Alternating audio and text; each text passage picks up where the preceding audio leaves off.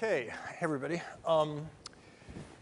It's, if you talk about disruption, one of the most disruptive ones, you probably get more cheers from any other single disruption, would be corporations, especially bigger ones. The bigger they get, the more people would probably cheer if somebody could figure out a way to seriously disrupt them. Now, the traditional way you do that is calling in management consultants and doing all kinds of other things that are very costly, very expensive. Another way might be to tinker with the networks. Company at the end of the day is a kind of a network. And you go in there and you say, okay, are we doing anything efficiently here? And it turns out in most corporations you're not. Jive had the cleverness a decade ago to start looking at this issue of networking communications within companies. Magically, in that 10-year period, someone named Zuckerberg came along and various other things happened, and social networking suddenly became a big deal. And so these guys were able to hit the ground running just in time to come up with a really good solution for how do you get people in companies to better align to do what Facebook does for people inside a company. And so I'm going to shut up and let Chris tell me how that's wrong. And a few more things, and we'll carry on like that, and we'll just go. Perfect. So I think largely you have it right. I mean, the challenge for anyone who's ever worked in a large company is that most of the technology was invented at least 20 years ago. It's all pretty dusty. You spend a lot of your time trying to get your job done, and largely the culture and the people and the processes have all morphed around some of the inefficiencies of like SharePoint, Outlook. That's So we're going to call out any product that, but yeah, I mean, there's a lot of things we use every day, and they're just difficult to work with, right? Hard to get information, hard to find people. Email is another place where things are buried. And so the whole idea of leveraging social technologies like what you see in Facebook and Twitter and all these places for the enterprise is it doesn't need to be that difficult, right? I mean, it should be, if you're in a 200,000 person global organization, you should be able to be connected to the people that can help you do your job, to the expertise you need, to the discussions or the information you need when you need it, right? And I think that's the promise of social, is that it allows an opportunity to bring the right thing to you at the right time in context wherever you are and actually work around you as opposed to the other way around. Now, I mean, Facebook and Twitter, most people working in companies these days are very familiar with those and even use them. And there have been a lot of issues about corporations saying, oh, you can't use Facebook, you can't. Is your system a kind of closed system where you have your Facebook-like thing, your profile-like thing, your direct messages-like thing, or do you actually integrate into the outside social networking as well? Yeah, so it's a little bit all of the above. So I mean, we are a full platform, just like a Facebook would be for your personal life. And people often ask, so you get a profile and you get full profile. You can like things, you can share things, you can like people in your company. What do you call somebody? Do you like people in your own company, or you just? You don't necessarily like people, although you may like people. You follow people. You follow. Yeah, but you can like content or things like that. So who's got the most followers in the average Typically company? The CEO. I mean, if you're a smart employee, you'll follow the CEO. But as you do all these things, as you author things and you like and you read and you write, the system learns a lot about you, right? So it gets very good at saying, hey, Chris, I saw that you really are interested in this. Did you know this project's happening over here? Did you know someone's already done this analysis or someone's already looked at this competitor? Oh, it'll do that? It'll do that, yeah, absolutely. In fact, I would say Is that something you have to set it, like tell me if there's anything interesting? That's just from using the platform. So if you think about what Facebook does for us in our personal lives, it largely sort of trades your personalized information to websites and things to give you a better experience, and then it gets social gestures back. It uses all that. It learns really to deliver better ads. Right. We're not so interested in selling advertising, but we want to get the right document or the right conversation or the right person to you at the right time, because that's the part. If anyone's been in a large company, that's a challenge, right? I mean, you spend so much time repeating what people have already done just because you can't find it. Now, one of the things about big companies is that even though we're all one happy family, lots of people don't like each other, rivalries, all that kind of thing. Is there the equivalent of kind of privacy settings where you can allow other people in and not these guys? Yeah, I think the modern technologies don't just sort of throw out, hundreds of years of culture and the way people operate. We do give the ability, you can have completely private discussions. I could share something just with you. A small group can collaborate on something that the whole rest of the company would never know about. Things that come to your attention will be anything that you're allowed to see. So most of what goes on is very public and transparent, and that's pretty disruptive for the culture, right? I mean, a lot of companies have not grown up really doing things in the full sunlight. That's why all the bad behaviors often happen in terms of, manager personalities or executive personalities or employee personalities. I think, that sort of visibility ultimately is really good for the cultures, but they go through a lot of sort of, challenges as they transform and change to a new way of operating with each other. And I mean, for instance, the one number I saw somewhere was, I think it was News Corporation, which is using this, a 60% decrease in the number of emails internally within the company. Is that typical, or is that? Yeah, well, I think for people that do use this internally, and we can be used externally, like T-Mobile uses for customer service to engage with their customers, but a lot of our customers use this to pull their culture together. A drop-in email is pretty typical, and it's interesting because we'll pull into the Outlook inbox, right, and pull context there. So someone emails you see their profile, and you can see. So it doesn't change the email system. They're still using Outlook. They can, but then if you're in Jive, and I think a lot of folks who make a switch to a social platform, you learn that it's a little bit better, right? I mean, because if you think about an email, I send a copy over to you, you send a copy to me. It could apply to another 5,000 people in the organization. They'll never see it unless we happen to forward it to them. And if we leave the company and our inbox kind of dies with us, in a social platform, the people really go to the communication, right? So you and I could, really have a great conversation, get to a great decision. Maybe you go to your next opportunity, I leave later. Someone else can still kind of enter that and understand why we did what we did. All this context stays with the company, which has been a huge challenge, right? It's really hard for new employees experience this all the time, right? They get in the company and they're just like, oh my God, I don't even know where to start. Okay, so collaboration is one big meme. Another is the kind of open company that has a sort of continuum of relationships, not just within the company, but also with its own customers and suppliers and all that. This system, if I remember right, all works too, right? That's right. So, I mean, our premise from day one was social technologies are fantastic for connecting people.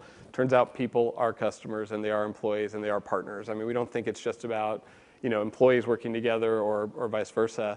And a lot of the disruption entering the enterprise now, I mean, all of you hear cloud, social, mobile, big data, all the buzzwords. It's been very empowering for all these entities, right? I mean, customers now really expect companies to come to them. Well, like Tip, I think you mentioned that the Nike Plus guys who we heard from earlier today, they're using this. That's right. They're very. Well, what's that for? How does that work? Well, they basically created this. It was very smart. They created this platform. They incorporated the Nike Plus sort of running shoe, which allowed people to do these virtual runs against each other, kind of like Fight Club, but for running, Run Club. And it really got people excited, right? Because they were able to engage with other people. They were able to share their runs, motivate each other. And the thing they found was because they tracked it all the way through, they actually got north of 35% of folks wearing other shoes to convert over to Nike brand so they could have that experience. And so they were smart because they really interwove their social strategy in with their business strategy. Not everyone is as smart. And are they using Jive all through the company? Is that? They've used this internally as well for some of their digital management, but they don't use this throughout the entire company. So how does it mean? And by the way, you guys are big. You're a public company. You went public in January or December. That's right. Okay. You play with the big dogs. I think your targets are. I mean, when you come into a company, do you come into News Corporation with a memo to all employees, or is it? Do you come in side doors, back doors? How do you typically come in? All the above. When you talk about something that changes the way an entire culture can operate, right? I mean, that happens in a few different ways, and you can't separate out the technology and the culture. I mean, some people, they'll talk about, well, the technology is not important, but it is. And other people will say, well, the technology is going to solve everything, and it won't. So we've had customers come tops down. The board or CEO will say, we really need to transform the way we're perceived and transform our company. And that works, right? We have other folks where, maybe a really progressive team lead will say, you know what, my company really is kind of stodgy and it's hard, and IT takes 6 months to respond to a help desk ticket, so they'll just start something up in the cloud and start working. And often, as they get that going, other parts of the company see it, and then it'll spread. And it can work all of those ways. And then how do you guys make money? We charge per user. So when a company brings us in, I mean, one of the things that separates us from a lot of the noise out there is we've always said, look, if we're not providing business value, then don't pay us, right? It's very clear. We don't need to give a free version or anything like that. We really believe that we can help you get your job done more effectively and help you prove out the numbers and the metrics. And so we do charge per user per year. In the case of some of these more external-facing sites like say McAfee or T-Mobile or something like that, then we'll charge by page view tranche. But we charge for it By page views. So similar to the way people did websites. So if you Okay, think about, because they're mostly using it for outward. right, so Sony God of War, right? I mean, there's a lot of folks, I don't know if you've ever gone on a site like that. You look like a gamer. But you get there, and it's like a lot of people are anonymous, right? And not the hackers, but they literally just don't have kind of the ID. And so in those cases, we'll do it on how much the platform's getting used, not every specific user. And for the classic internal use, big company, what are we to, $100 a year, $1,000 a year? It's about $100 per user per year. $100 a user a year. So that's a pretty, I mean, in the big scheme of things, that's not a vast amount to the IT guys, is it? I mean, No, not in the big scheme of things. If you look at a platform like Salesforce, they'll charge per license like, north of $1,600 per user. So it's I mean, again, you kind of have to get in there and weigh it against the value you get, right? I mean, when you've hired all these like well-educated, super smart people that, went through college and master's degrees to kind of do this job, and then you stick them in a room and give them a bunch of systems that don't operate very well. It's a pretty small amount to get more effectiveness. Well, I mean, in some ways, it's funny because it's a pretty flexible system, and it sounds. Right. I mean, from what do you see people? Do you watch use cases in your customers and find people using it in ways that you may not even originally have anticipated? Do you get that, or I mean, everyone's used to like SharePoint or Outlook again, where it's just there. You deal with it or you don't. Do people have more flexibility with yours? There's a lot of flexibility, and this space is transforming all the time. I mean, social platforms in the enterprise, I think, are evolving much more quickly than they ever have before. We learn things constantly, but I think because it's a people-centric system, pretty much if people are involved, they're using the platform in some way. We're starting to understand much more the value we provide. I mean, there's been a lot of confusion of like if something's spinning off an activity stream, it must be social. An activity stream is largely noise, right? I mean, if you don't want to know that thing and it comes at the wrong time, it's distracting to you. So this is like a Twitter-like thing? Right. I mean, so, you hear a lot of folks of like, okay, great, that account closed, or these things, or somebody chats about their dog, and interesting, but not when you're trying to get your job done. And so a lot of where we've invested is what they call kind of social graph analytics. And so that's basically, how do we make sure that this thing is interesting for you at that time, right? And it's really a personalized contextual experience and not, one size fits all for everybody. Now, in some ways, it sounds like a kind of an HR dream or nightmare, depending on which seat you're sitting in the sense that suddenly your company has one place where they can look at everything you're doing, and they can compare you and your activity with the guy in the next cubicle and his activity. I mean, is that part of the package? Well, I think that's right. I mean, I guess largely when you say HR dream or nightmare, it depends on the vision of your company and your culture. I mean, if you're trying to build a culture where everybody takes orders and does the same process over and over, I mean, largely, I'm sure some speaker today will talk about how you'll be replaced by a robot.